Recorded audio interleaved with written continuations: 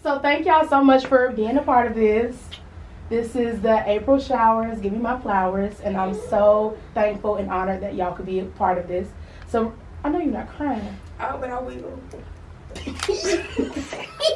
So first and foremost, we're gonna start with your name, your age, and where you come from. So we'll go this way, starting with Clark. Okay, my name is Clark Sewell. I am 29, and I'm born and raised in Charlotte, North Carolina.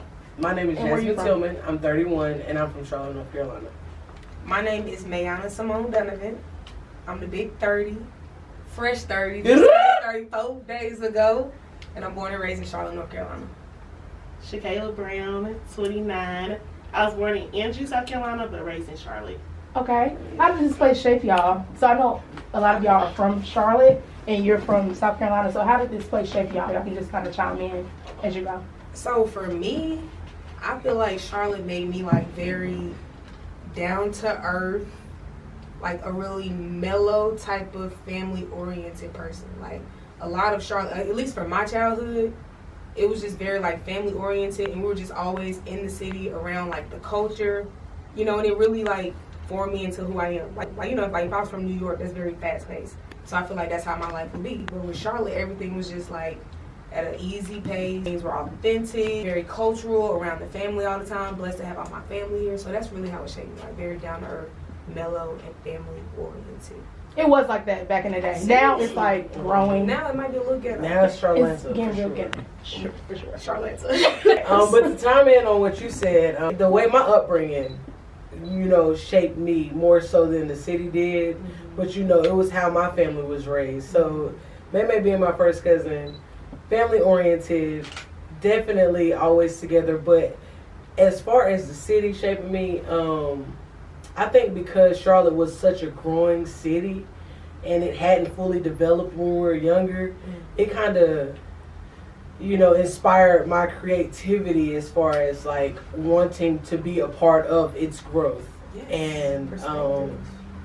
And just that perspective of it. Okay. Now I agree with what they said. I do feel like being in Charlotte though, because it's like so diverse, that helped me kind of be open to different people, different situations, and all that good stuff. So I will say that's one thing I have noticed versus going to like South Carolina. I'm just like, okay, y'all not as open and welcome as here. It's like a Southern hospitality thing, and you know, all that good stuff. Okay. I agree. Like South Carolina, North Carolina is like, you get the best of both worlds being here in Charlotte, because you can go to like any like surrounding area like that's more rural or country, and then 30 minutes you back in the city, and it's like, but it's a slow pace, like not like she's like not like New York where it's like fast hustling, bustling. Like it's a comfortable pace, like where you like you're not, you know, small town, big town, but it's like you're not overwhelmed with like like you can still like breathe here, and it's How comfortable. long were you in Andrews?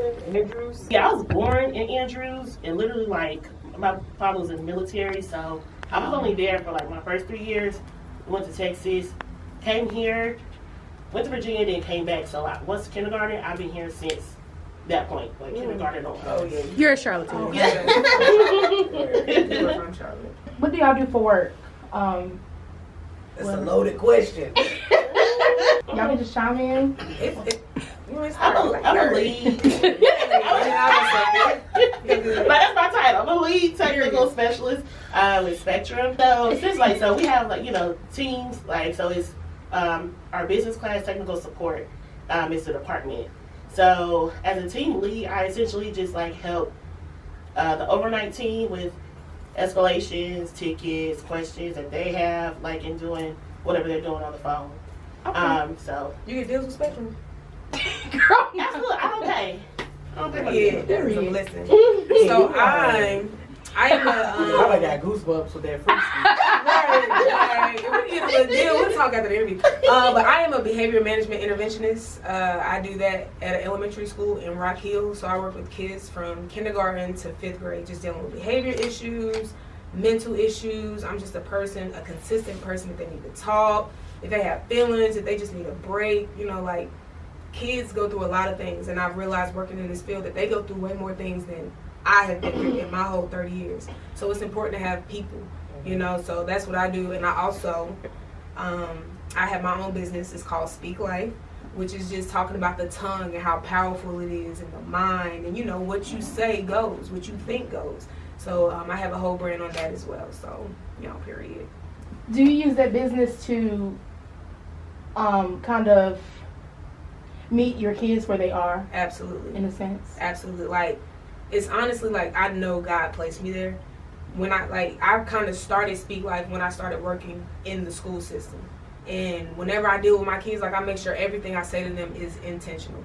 You know what I'm saying? Like, I make sure that I'm speaking into them because I don't know what's being said at home. I hate when they say, like, oh, I don't love myself. I don't think I'm this. I don't think I'm that. And I just use that time to be able to build them up and tell them, no, you're worth it. I don't know what you've heard. I don't know who said something, but let Miss May tell you, you are worth it. You're going to go far. You know, I just use that time to really just implement whatever I can to the kids. So Speak Life really, like, even if I don't get to do it on a big platform, which I do pray that, you know, whenever it's ready for that, it will impact the world. But for now, I know I'm making an impact in the kids' lives that I am working with. So it's definitely. And you gotta understand that is a huge platform. It's a generational influence, like, because this one child that you're influencing is part of a whole generation. Absolutely. And so that's gonna travel. Absolutely. So it's already, I mean. What when you say, I believe that you're in our future. Teach them well and let them lead the way. Yes. Oh, yes. I got a little no. I'm hearing a little no. Just one. Don't do too much. All right, I didn't want to piggyback on this. Did the business come from your work that you do, or was it already, like, God had already put that in your heart before? So, yeah, he really did. It honestly started with my pops. Like, when I was young, playing basketball, we had, like, a saying we would say before every game. So he would be like, who are you like? And I would say, like, Jesus. And he would say, what's your attitude on the court? And I would say, I'm the best basketball player and can't nobody stop me. And he would say, well, what do you want to be? And the best basketball player ever, and that's what I'm going to be. You know, I give God the glory. And literally every time I played, that's what I thought when I was playing. Oh, and then fast forward, it earned me a basketball scholarship and so on, you know. So that's really where it started. And that's when I really started to realize, like, dang, what I say can really shape my life. So that's when I was working at my job at a mental health facility, and I was just like, the things I'm saying to these kids are really sticking. Like, I have to be able to share this with the world. Like, I really just want to share it with the world because I just see so many people, like, even in a playful way, they say things like, oh, I'm dead, or, oh, you know, and it really affects your life. Mm-hmm. So I just, like, I really want to be able to get that message out to anybody that needs it, just to know that the things you say and the things you think, it really shapes your life. So be mindful of it, be intentional with it. So that's really where it started, though. Like, when I started playing basketball, the little, awesome, I guess, phrases or mantras that my pops and I used to say to each other, that's really where it, like, started. Like divine, I don't know if this is the correct term, and divine intervention, like, to where God already put in your heart to do that, and then, like, he already knew, like, where you're going to be at now, and then it just kind of meshes together. That's beautiful. Yeah, absolutely. Don't have me preaching up in here. I'm already ready to start crying. So. All right, moving on. So, I'm actually in, like, I do have a job. I work. I'm in, like, a transitionary period of my life. What I'm doing right now is driving trucks. I went and got my CDLs. But I said that was part of the plan. I said I was going to go back to school, get one of my degrees, and then go get my CDLs before I went back to school. Because really, trucking is not what I want to do forever. It's just where the money is right now. I feel like I can make some good investments once I, you know, capitalize on what the benefits are of trucking. So I've only been trucking for 2 months now, but definitely once this phase of my life is over, getting back into school, into my communications mode, I figure I used to do events and things of that nature. Bring it up. I was so about to bring it up. You were so good at that stuff. You definitely. I want you to get back into which top stands for truth over perception.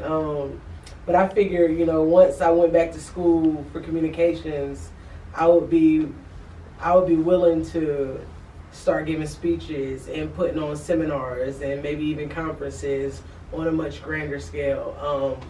Because, you know, I was good at doing the events, but it was on such a small, tedious scale, in which I know it will be tedious you know, with the conferences and things of that, it'd be a lot more rewarding. So with Top Entertainment, did that inspire now your vision to want to do like Yes, stuff on a because bigger it was scale? such a passion of mine, and you know,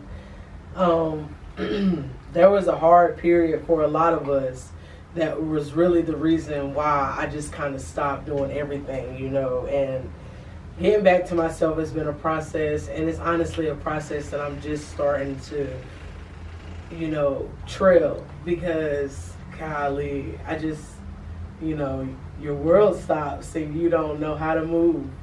And but Top Entertainment was, and I wouldn't even say that was the pioneering, you know, aspect of what's motivating me to go forward, because really it's my grandma.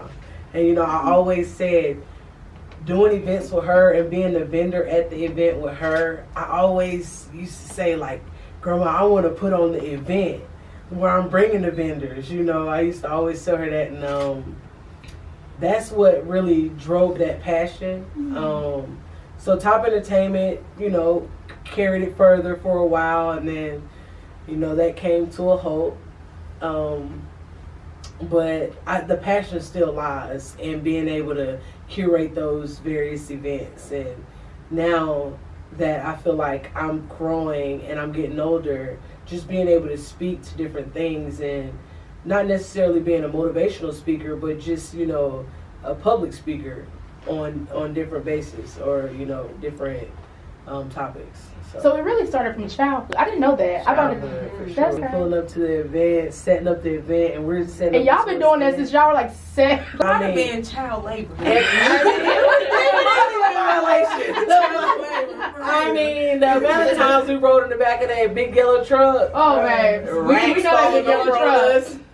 Shout her out. Racks on the pancakes. Yeah. Like, oh yeah, she does it. Funnel cakes by Diane. There you go.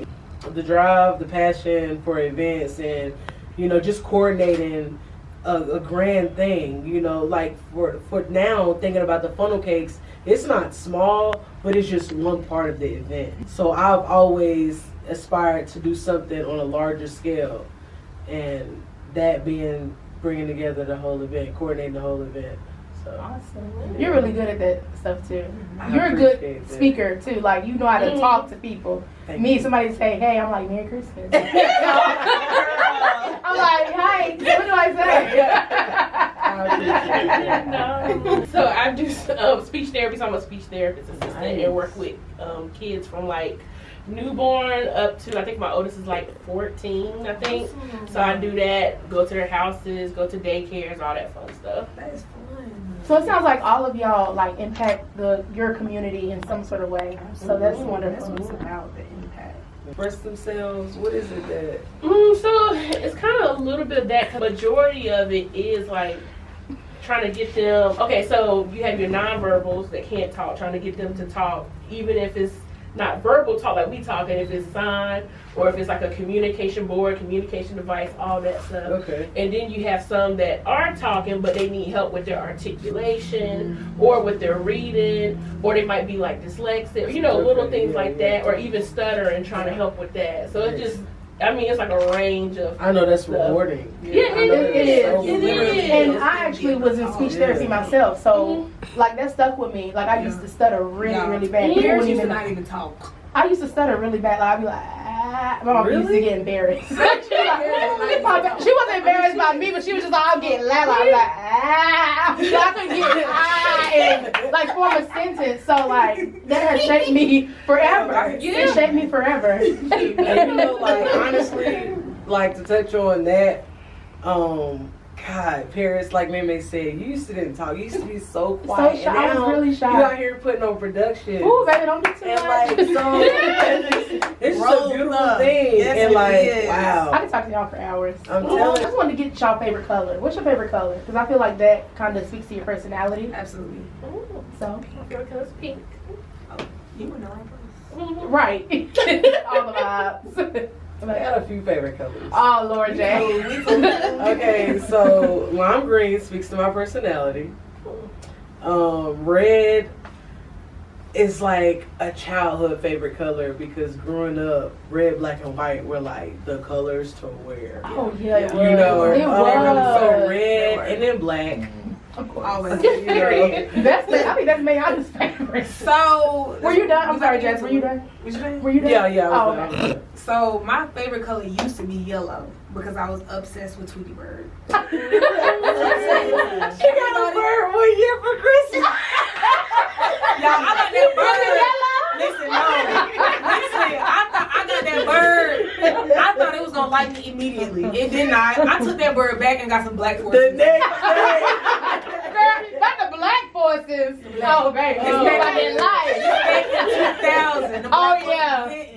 You know, so it was yellow. You know, Tweety Bird was a boy. Everybody thought Tweety Bird was a girl. So just that right there, it hit me on a whole different level. Facts. And then I did go through my little black phase where I just enjoy wearing black. But I was like, you know what?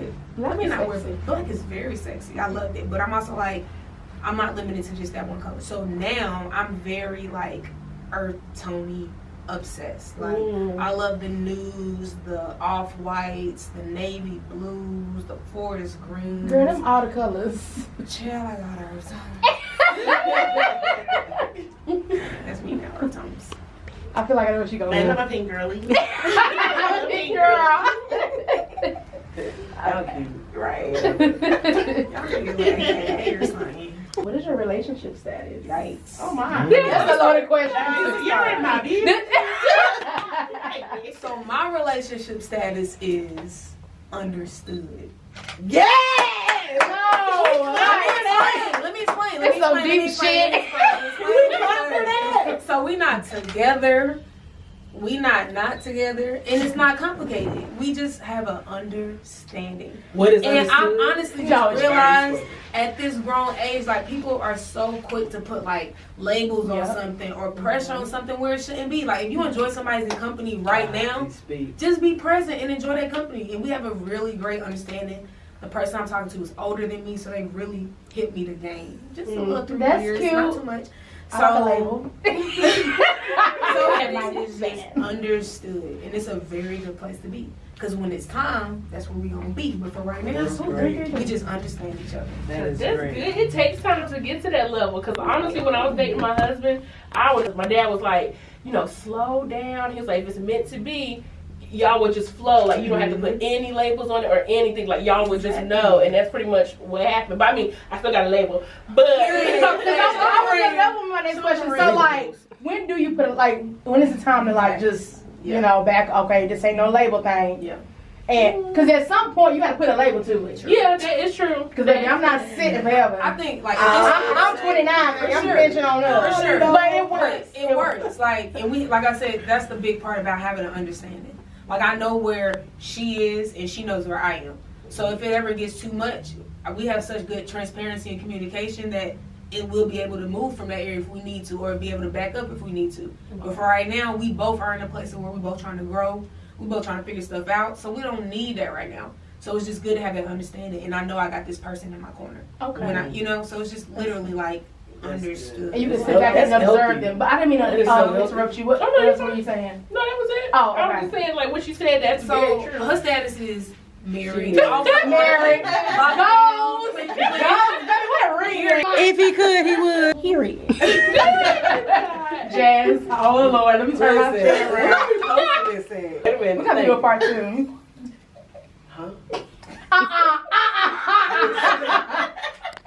Yeah, we got to intro. We're over your part, okay? Nah, but for real, I mean, definitely single. I enjoy flirting. I enjoy mingling. But when it's time, get your stuff. Take your stuff with you. Very much Take your tea with you. It's an insider. Yeah, I'm single. And I enjoy being single. I don't feel like I'm at a place in my life right now where I am ready to give myself to anyone wholeheartedly, because I want better for me so I can give better to them. Ooh. So Say that. yeah, and there, like I said, during another question, there was a period of regression. And I feel like, during that get back, I'm still trying to get back forward. I'm still fighting to come forward, and I'm not ready. Shakayla. What's your my business? Sure. Happily single. Oh, okay. Yeah. But are you looking? I'm not looking because it's gonna find me. Oh, I like that. Yeah. Period. That's right. Say that. Period. Name something that someone said to you that stuck with you forever. And who was it? Ooh. Okay. And what was it? This is hard. I got mine. I already know. So my high school head coach used, and it's really random, and really just thinking about it now, like it actually has very big meaning to it. She used to always say, "Good players don't get screened." And for the people that don't know what getting screened is, it's when the defense is screening the offense. So you're stopping, or the offense is screening the defense. So you stopping somebody from going to where they want to go. So now I'm just thinking like what she was really saying is like, don't let nobody stop you from where you're going. You feel me? Like she used to say, good players do not get screened. Coach Butler, shout out to Coach Butler Brown. She's great, like for real. But she used to say, good players don't get screened. So like instead of running into the screen, you would go around the screen. And I just like I said, just really thinking about it, like that's deep. Because good players don't get screened. You don't let nobody stop you from where you're trying to go. Whether you're playing on the court, in life, at your job. And I think it really, like, honestly, it was engraved in my brain because she used to always say it to me. I used to always get screamed. But now I'm just like, really, for real, like, don't let nobody stop you from where you're trying to go. Like, if it's already been planted in you and you know that's what you're destined for and you got God all in it, don't let nobody stop you. Can't nobody stop you when he in it. When he in it. When Big G in it. Not the little G, the big one. The Big G. Capitalize. Put some respect on it. Put some respect on that name. But for real, good players don't get screened. That is what it's in my brain. It's engraved. I always think like every day I think about it. Really so. I guess I can go. But I'm sitting here thinking because, man, I have a few different And I sent them to you, even though you said you ain't looking. God. So, one thing my mom said, one thing my brother said, and one thing that my best friend, P, her dad said. So, the thing that my mom said is nothing lasts forever. And that just, I mean, like, what does it mean to me? Is that what I'm answering?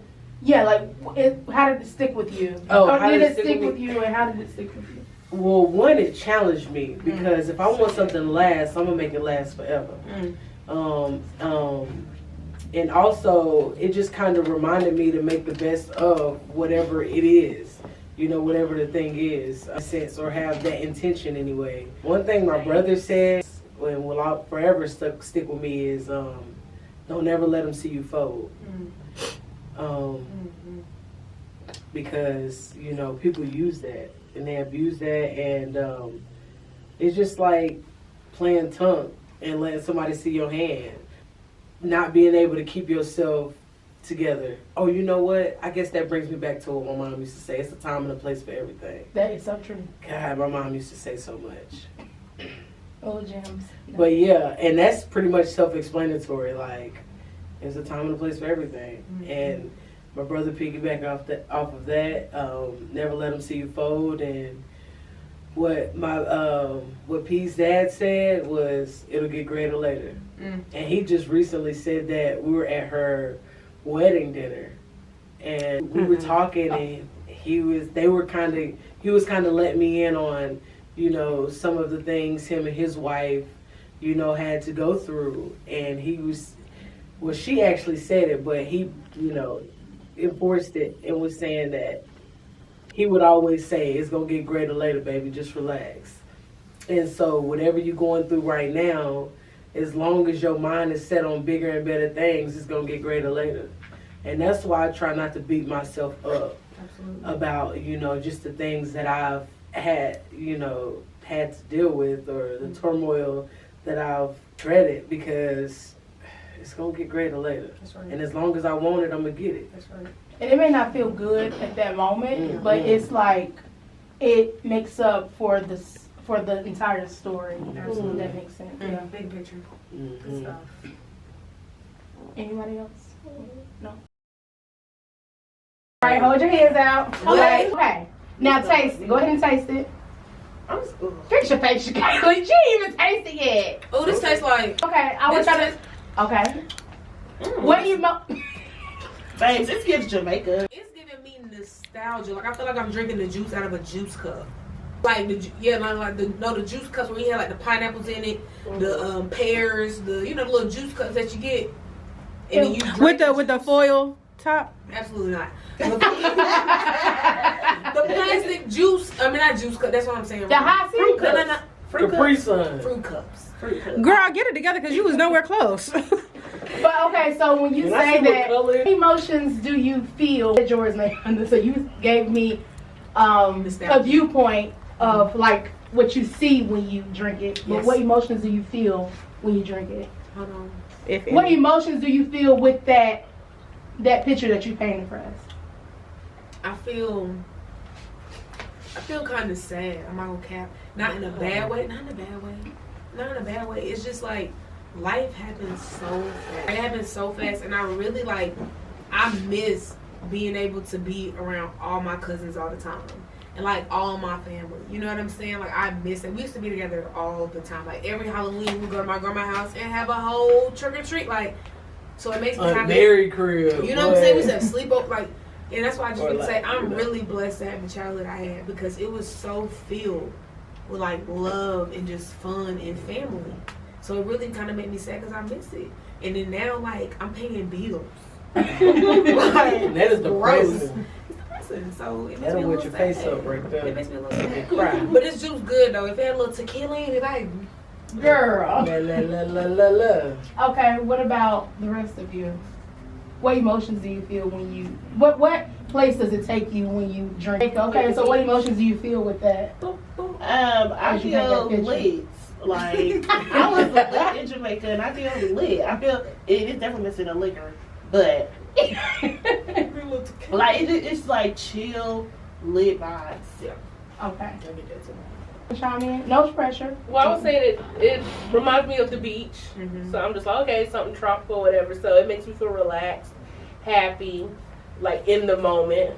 Because when you go to the beach, you there to relax and just literally be in the moment. You don't really check your phone like that. You ain't really worried about nobody. Just doing you. So kind of like a unplugging. Yeah. You're unplugging. I like that. All right, I can I'm take your. feeling two sets of emotions. Oh, you didn't go. Sorry. Let's do it. 2 cents. Well, cause one, this kind of remind me of juice that I have when I go to taqueria, and so it makes me feel like I'm in what's the word?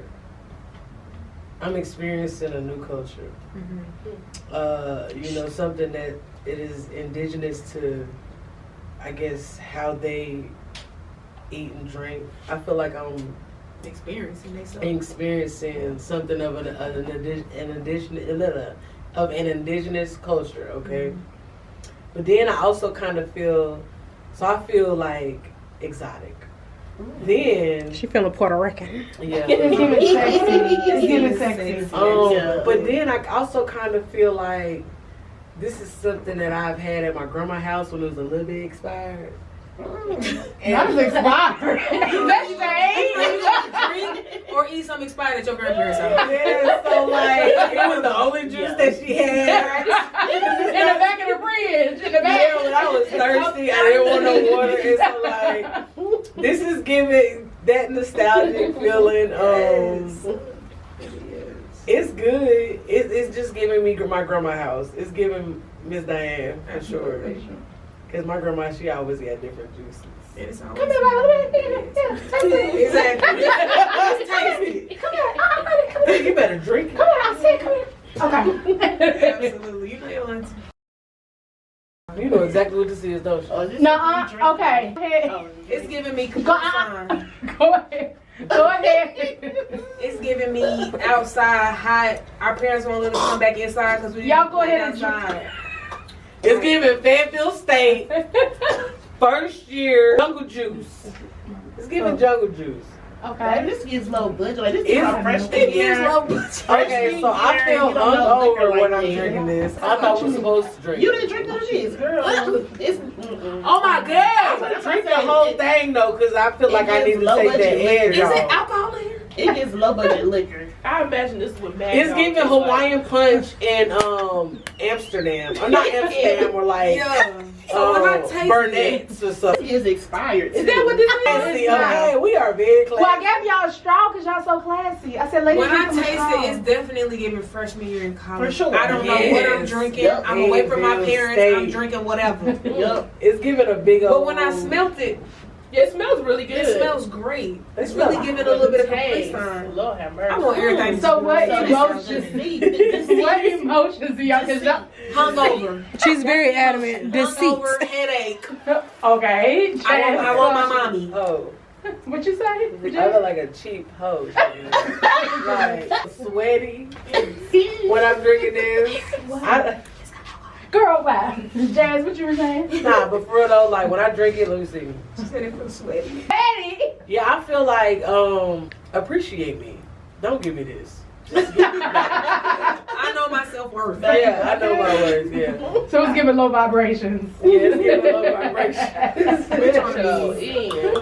I told you, like, is this Mad Dog? No. No. Very. Bad, I don't know. I imagine it. Ew. Yes. Oh, that's Hold on. Okay, now go ahead. Let me smell. I don't know what it smells like. Go. It smells good. I think I know what this is. Girl, shut up. It smells like one of the holiday Oh. scents. Well, I'm sorry that my senses are elevated, but this right here, What it tastes like? Okay, got a go ahead I and didn't taste it, y'all. taste it. You know what it smells like? It smells like muscadine It wine. tastes like a little bit. The issue Muscadine. is, Okay, what emotions do you feel when you Deceit, drink it? horror. You said that last time. Giving me low budget stuff. Oh my goodness. Mayhana, hold on, Mayhana, our thing is hot. Girl, you about to be on the floor. what this is really giving is the emotion I feel. Let me give a scenario. Yes, bro, because I'm feeling you on it. We're about to give the same scenario. Listen. Go ahead. So this is giving. Just bought my house. Budget a little low, but I want to pop a little. I love it. You had enough for the house or the apartment, but not the Now, furniture. piggyback on that. Is it giving gratitude? It's giving gratitude. Like I just want to that. pop a little bottle to celebrate what I got. You know what I'm saying? Like the house is the big thing. The liquor can be a little small because Something. that's what it's giving. In a tub with bubbles. In a tub. Okay. And Clark, what emotions does that make you feel? I'm drinking it, like, I can't say, it's like the whole little movie playing in my head. Like she said, the house, new house, you know, you celebrating bubbles in the tub, just happy, finally, you know, you made it, at least part of it, or something like Okay. that. But I definitely can see that. I hear that. Mhm. Paint a little picture. What it's giving for me, Interesting. what I'm feeling is, I'm actually feeling one of the quotes I gave. It's gonna get greater later. I'm feeling like, and to touch on that scenario, because I thought you were gonna say, you know, you got your spot. It's your first time having a little date. You're on a budget, Yep. but you cooking for, you know what I'm saying. You want a little drink, and This the drink. yeah, Yep. this the drink that we gonna drink. It's giving a little Taylor Port vibe. Yeah, I can see that. You gonna feel tipsy. Yeah, The because food gonna be I'm on a good. budget. The food is gonna be good, but I want to do something nice for you, and I'm on a budget. So Nice little juicy steak. it's giving effort. I like that. It's nice. It's giving effort. Yes. Can we get some more of this when the cameras cut? Pause up.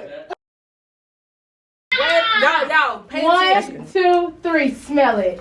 This that strawberry candy. I didn't say. This that strawberry candy that you get at the church, at the Baptist church with the wood floors for your grandma to hush you up. Yeah, you got this from Aunt Lily. You said that.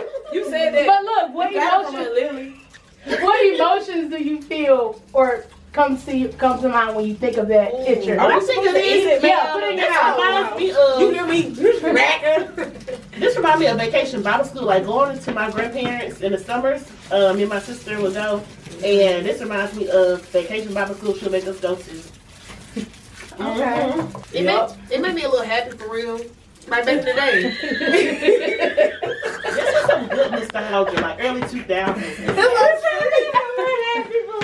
The candy is nasty, but I know what candy it is because my grandma used to have, my grandma Ann, she used to have a glass, but my grandma Ann was so flashy and fancy, recipes grandma, but she used to have a glass, a really nice glass bowl in her house that had all these candies in it. This candy, the caramel candy in the yellow little pack, the red hot candy. Like she used to have all of them, and I used to just eat all of them. I was so fat and greedy.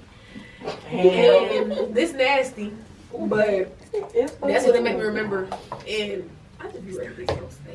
But You know what this is giving for me? What it makes me, it makes me happy.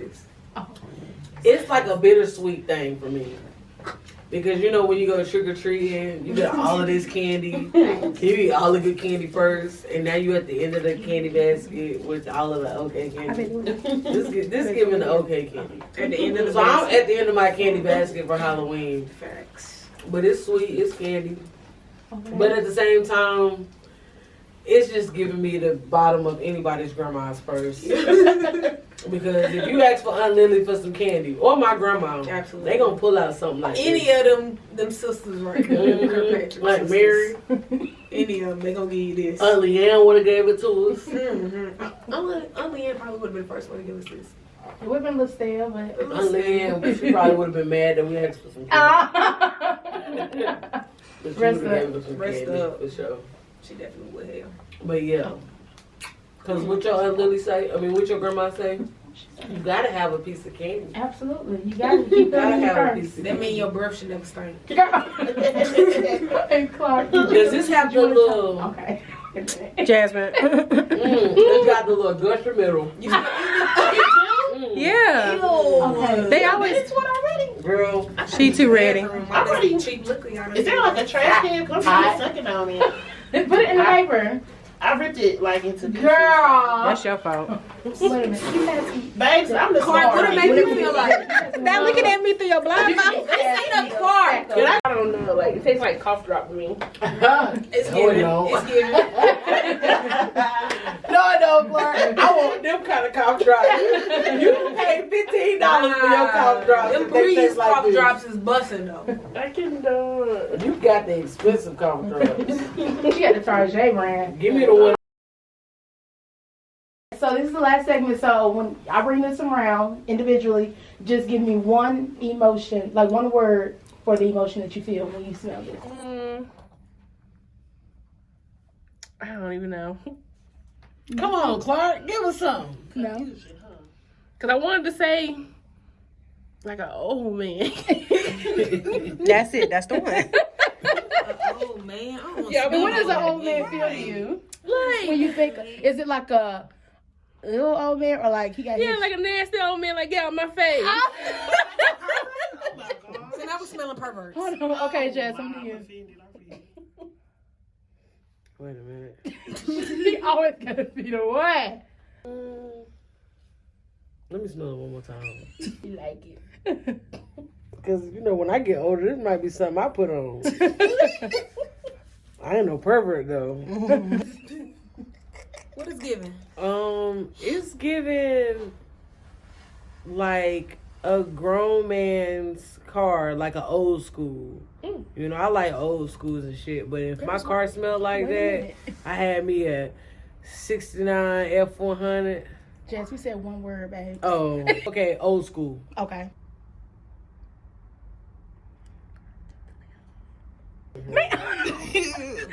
Low budget. My head over here spinning. I just can't put my finger on it. Bro, right? What emotion do you? Is it confusion, babe? No. Okay. It's low key giving Christmas. Okay. I got low key smell candy cane a little bit. Okay. Shakayla, I'm right here. I'm right here, girl. I am. I've been ready for Christmas. Christmas Eve.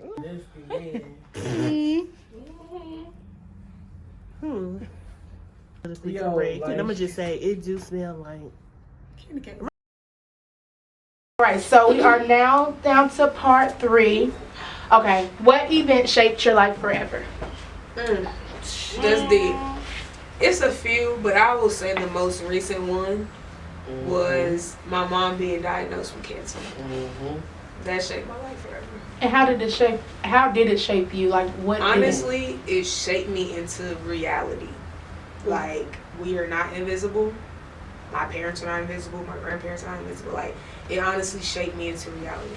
I'm not gonna cap. It was a lot. You think that your parents are literally like invisible. Yeah. Nothing's gonna happen. They're to your gonna live parents. forever. Yeah. Literally. Like, and so when I found out my mom had cancer, it was a lot. And how did? Oh, go ahead. No, go ahead. Oh, I was gonna say, how did you embrace it? And how did you cope with it? Honestly, like, of course, God is the source of everything for me. Like, just knowing Him and knowing that, one, like, we have a praying family in general, that was very helpful to just know, like, I know how powerful God is. And I know what He can do and what He's done. So just really believing in Him and knowing that I'm not the only person that's praying to Him for my mom, that helped me, like, embrace it and cope it. And then for real, right after that, right after God, was my mom. She was so positive throughout the whole thing. She made us all strong through her. Like, you would think she wouldn't let us feel down. Like, honestly, when I found out about it, an emotion of, like, hurt or sadness didn't even come over me because of how her energy was. Like, I was shocked at first, for sure, because, like I said, I'm thinking my parents are invisible. But then right after the shock, it was just like an emotion of, like, encouragement. Like, I just wanted to be in, like I said, with Speak Life, I know how important the words and the thoughts are. So I didn't want no negative energy going towards that situation at all. So, like, right after the shock, it was just like I remember the conversation when she told me, I was like, damn. And then I was immediately like, you gonna be good. God got you. Like, and that was our conversation every time we talked about it. Every time I asked her how she was or, like, what the next step is, it was always, like, an encouraging conversation. And it led with her. Like, she was just always so positive and like, I'm gonna be good. Don't worry. Mama's good. And I was like, I know. God got you. Isn't that a mother's nature? God got you. You know what I'm saying? And then, like, we had this big prayer meeting. You were there. Your grandma was there. My grandma was there. You was there. My mama was there. I mean, my aunt was there. Like, the whole family was on a Zoom call. On a Zoom Yep. call. We had this big prayer. And, like, Yep. you know, when you come together in prayer, like, that's real. Like, God hears it, He feels it. And then, like, the next day we received some great news about my mom. Literally the next day. I remember that.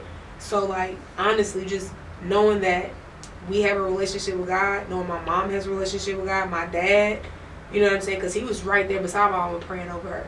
My grandma, your mama, your grandma, your mama, like, with my family, you know, having a relationship with God and just the positive attitude of my mom helped me embrace it and cope with it.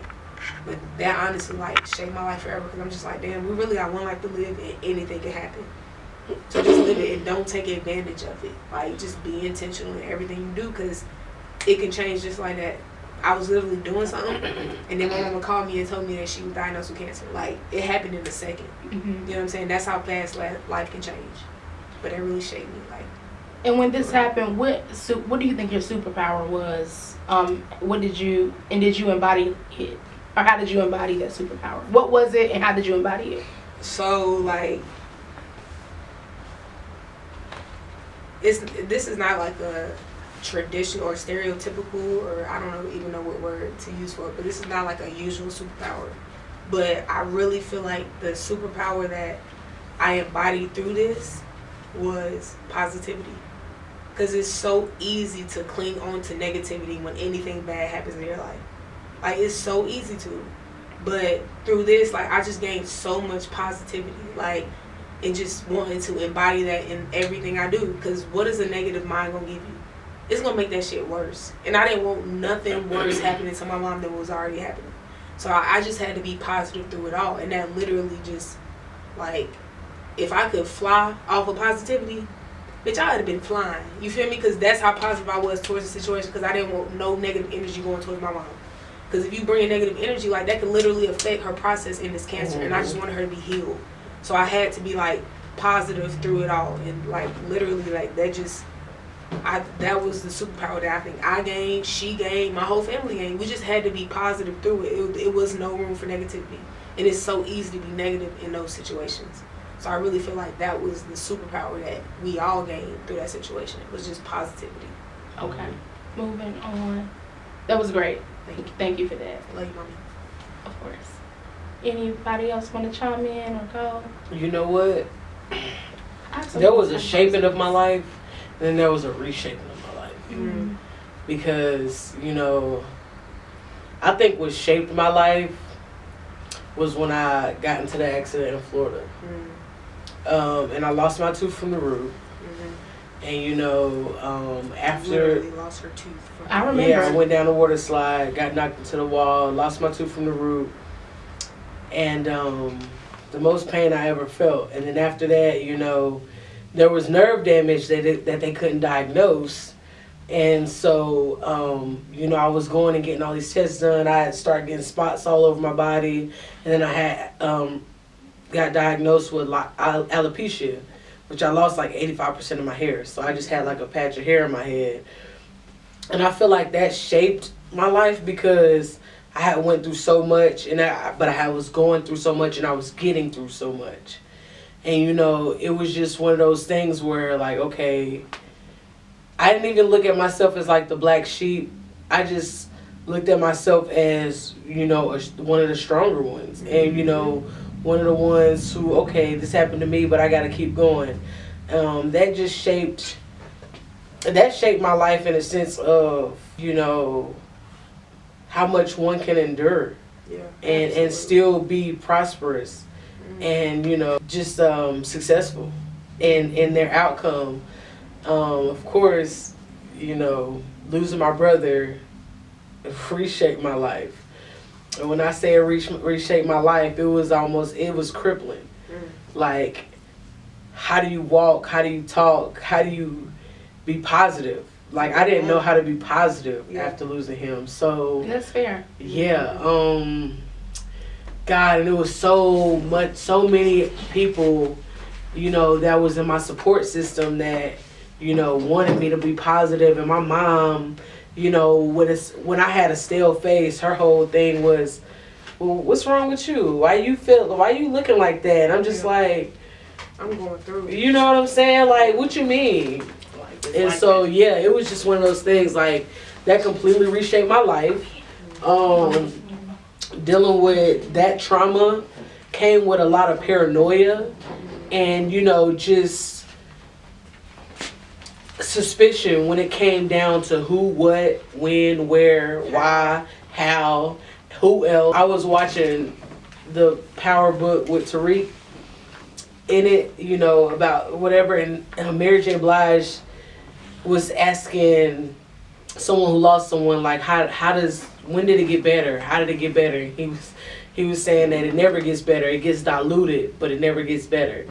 And that's exactly what's going on. It's diluted, but when I say it reshaped my life, like, I'm still learning how to live, which is, you know, I was talking to you before about how, like, oh, it's so hard to get back to being me. When you were this person with this person and this person is no longer here, you're not the same anymore. So you got to learn how to be human again almost, you know. So, like, that's what shaped my life. And then I feel like I kind of lost everything, you know. Not everything, but just a sense of self and, you know, like I said, positivity. It was hard. It was so hard to be positive. It was so hard to feel like I can make it through this. I didn't want to be happy. And, God, every day you think about it.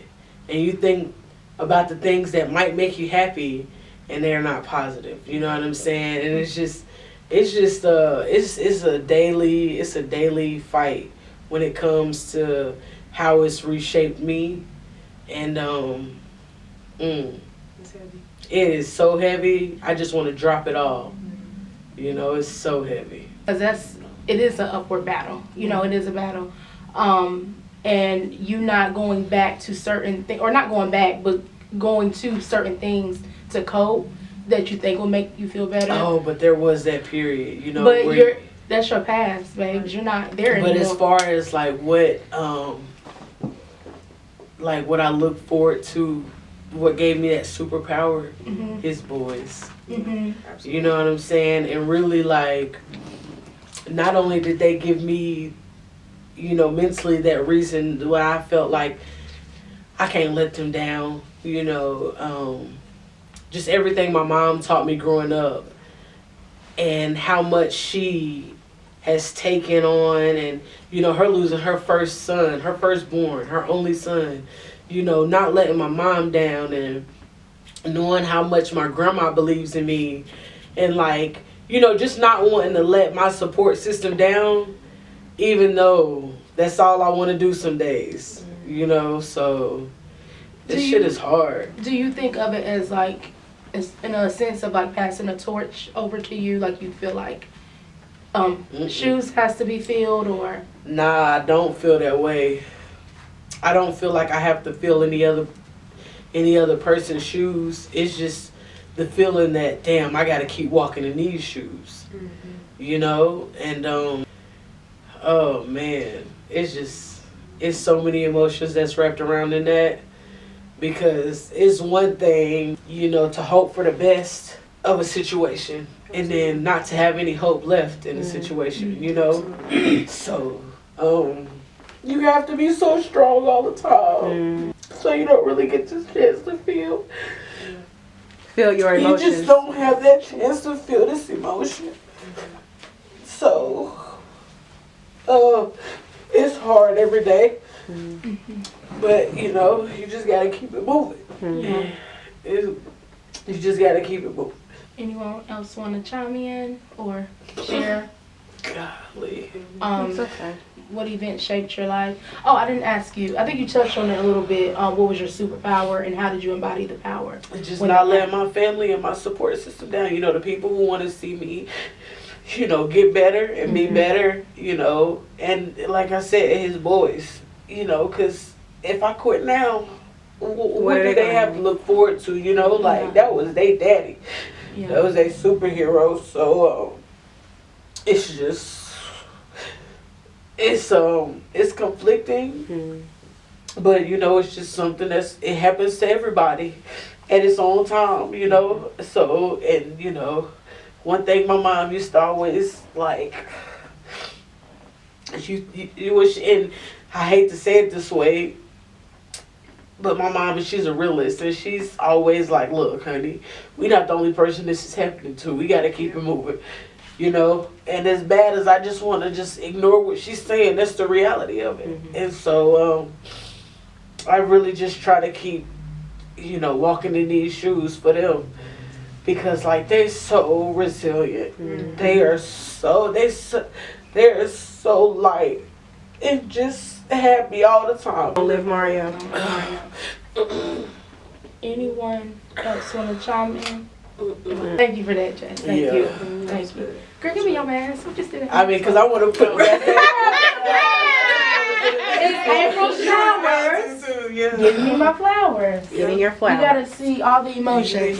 All right, so we're gonna move on to a lighter thing. Bring it on up. We're gonna close it on now. The wine in it, like, Baby, no, ain't no more wine. What is your must-have item that you keep in your bag at all times? Yes, baby, we love it though. We love it. Well, okay, it's 3 things. Ocean. Period. Because Ash is very unbecoming. Gum. Cause your breath case. Breath can't stay. You don't know. It can't stay. Period. And either chapstick or lip gloss, because chapstick say poverty. You Get the white mouth. Are you hungry or are you lips dry? My girl be like, oh, your what? The white lips. Yeah, so those are like my top 3, because it's like it's like those are like simple things, but like it makes such a difference. For sure. Like For sure. for yourself, and like just to know, like, you know what, she's okay. You know, even though you may be on the inside, it may not be, but outside's like. You gotta be like what you went through. Period. Period. Okay, I guess for me, for some reason it's always cash. My dad was like, always have cash on you for something. Oh, she got it. Girl, let me hold some. Book another hour,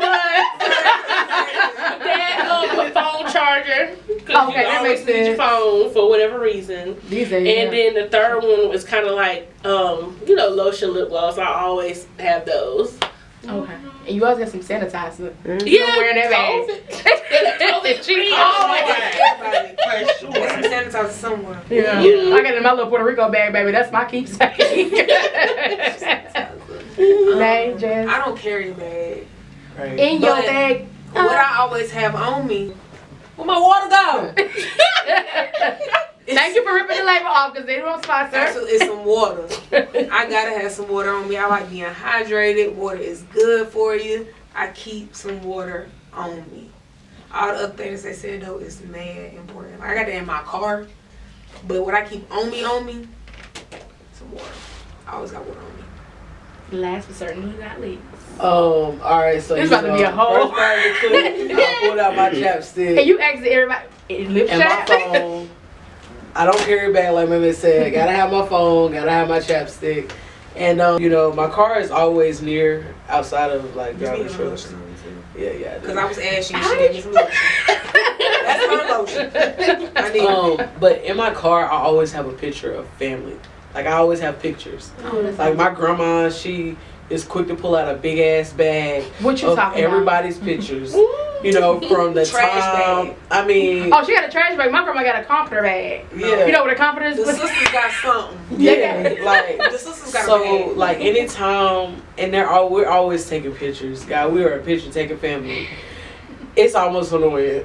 Y'all get on my nerves for that. I'll be on the Mama, same keep face. pictures. Like I probably got a picture of you in my car. I probably got a picture of you Really? in my What car. picture? That's I what need I'm to see. saying. Like if I go big in my car, I have pictures. I just have pictures. I always put them in my glove compartment.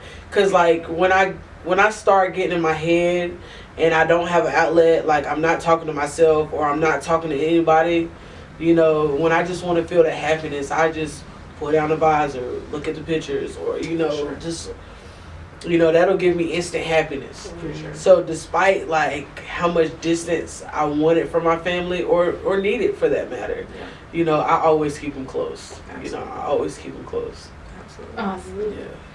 What you always got in your bag, Boogie? Girl, in my Puerto Rico bag, I got a few bags. So I got my purse, my little shopping bag, the little. You got a bag in the bag? Baby, it's like you can't put much in it, but your phone, a debit card, and a credit card, because baby, you may never need a know. credit card. You can't afford it right now. You may need a credit card, just emergencies. My license, and if I carry a big bag, I carry all those things, and then some lotion, like my little body butter, some sanitizer, And a lot of receipts. And a lot of receipts. Oh, baby. This was so good. Thank y'all so much for being a part. It was an honor. Thank you for sharing your stories. Wish this could have been longer. I know now. We have to do a part 2. And I'm holding on y'all. Part 2. I don't care. We're doing part 2. We need a part 2. You better be there. You better be there. You better be there. You better be there. Can we say thank you to Paris for having us Yes. and putting this on whole and production. Thank you. wanting to talk about our stories and what makes us. It's so important to acknowledge and give people their flowers while they're here because we know life is short. So shout out to Paris for always wanting to just put us on public display and love us. Thank Yes. you. Thank you to my photographer and my videographer right here. And Big L. You gotta say okay. Not the little ones, the big ones. Thank y'all so much, and that concludes the interview. Yeah.